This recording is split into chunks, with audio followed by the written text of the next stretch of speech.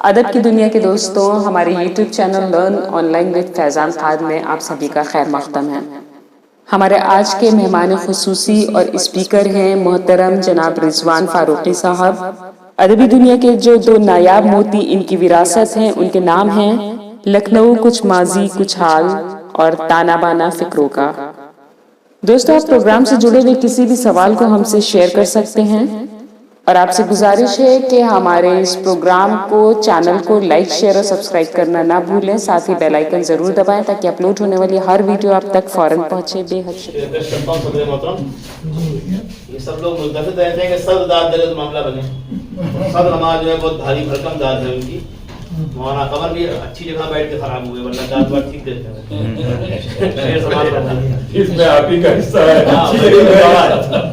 اچھی جگہ بیٹھ کر، ہاں اچھی جگہ بیٹھ کے آدمی خراب جاتا ہے۔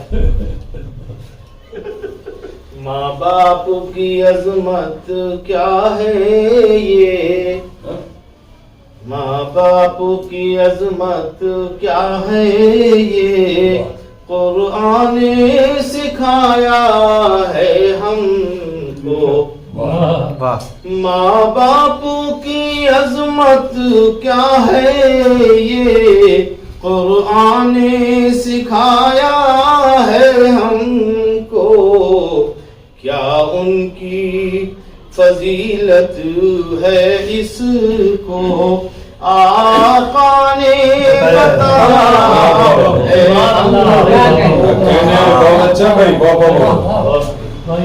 ماں باپ کی عظمت کیا ہے یہ، قرآن نے سکھایا ہے ہم کو۔ کیا ان کی فضیلت ہے اس کو آقا نے بتایا ہے ہم کو۔ یہ شعر بھی حاصل ہے۔ آواز نہ ان سے تیز کرو، بیٹوں کے لیے کام ہوئے۔ آواز نہ ان سے تیز کرو، بیٹوں کے لیے کام ہوئے۔ یہ بات جنہوں نے مانی ہے تو ان کے لیے انعام ہوئے۔ ماں باپ کی عزت کرنا بھی ہے ان کے لیے شرط لازم۔ ایسا نہ کیا تو ہوں گے وہ اللہ کی نظروں میں مجرم۔ ماں باپ کی عزت کرنا بھی ہے ان کے لیے شرط لازم۔ ایسا نہ کیا تو ہوں گے وہ اللہ کی نظروں میں مجرم۔ بہت شکریہ۔ ماں باپ اگر دکھ پاتے ہیں، انجام برا ہو جاتا ہے۔ ماں باپ اگر دکھ پاتے ہیں، انجام برا ہو جاتا ہے۔ ماں باپ خفا ہوتے ہیں تو اللہ خفا ہو جاتا ہے۔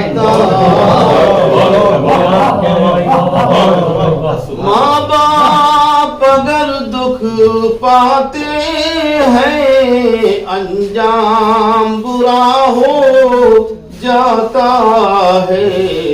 ماں باپ خفا ہوتے ہیں تو اللہ خفا ہو جاتا ہے۔ یہ شعر بھی سماعت فرما لیں۔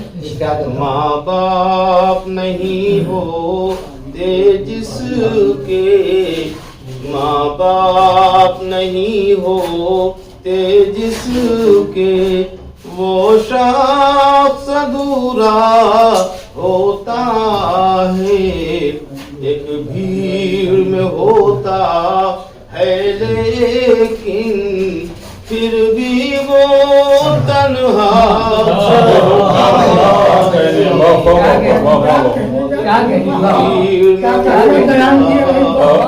ماں باپ نہیں ہوتے جس کے وہ شخص ادھورا ہوتا ہے، ایک بھیڑ میں ہوتا ہے لیکن پھر بھی وہ تنہا ہوتا ہے۔ آتا ہے جو ماں کے قدموں میں، آتا ہے جو ماں کے قدموں میں، جنت بھی اسے مل جاتی ہے، چاہت بھی اسے مل جاتی ہے، شفقت بھی اسے مل جاتی ہے، چاہت بھی اسے مل جاتی ہے، شفقت بھی اسے مل جاتی ہے۔ ماں باپ کی وہ توقیر کرے، ماں باپ کی وہ توقیر کرے، اولاد اگر پائے ماں باپ، ماں باپ کی وہ توقیر کرے، اولاد اگر پائے ماں باپ، یہ وقت کی ایک سچائی ہے، آئے تو کام آئے ماں باپ۔ شعر آخر، ماں باپ سے جب اولاد ملے تو حد ادب ملحوظ رہے، ماں باپ سے جب اولاد ملے تو حد ادب ملحوظ رہے، ماں باپ کی عظمت ہے بالا، یہ ذہن میں بھی محفوظ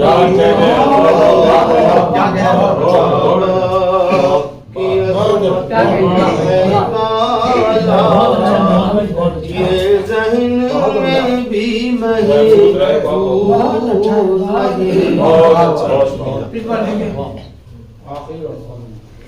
ماں باپ سے جب اولاد ملے، ماں باپ سے جب اولاد ملے تو حد ادب ملحوظ رہے، ماں باپ کی عظمت ہے بالا، یہ ذہن میں بھی محفوظ رہے۔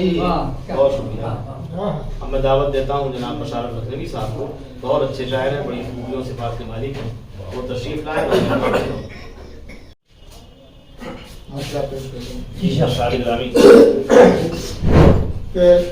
رخ لشکر زردار کا بیزر کی طرف ہے، رخ لشکر زردار کا بیزر کی طرف ہے، سامان تباہی کا میرے گھر کی طرف۔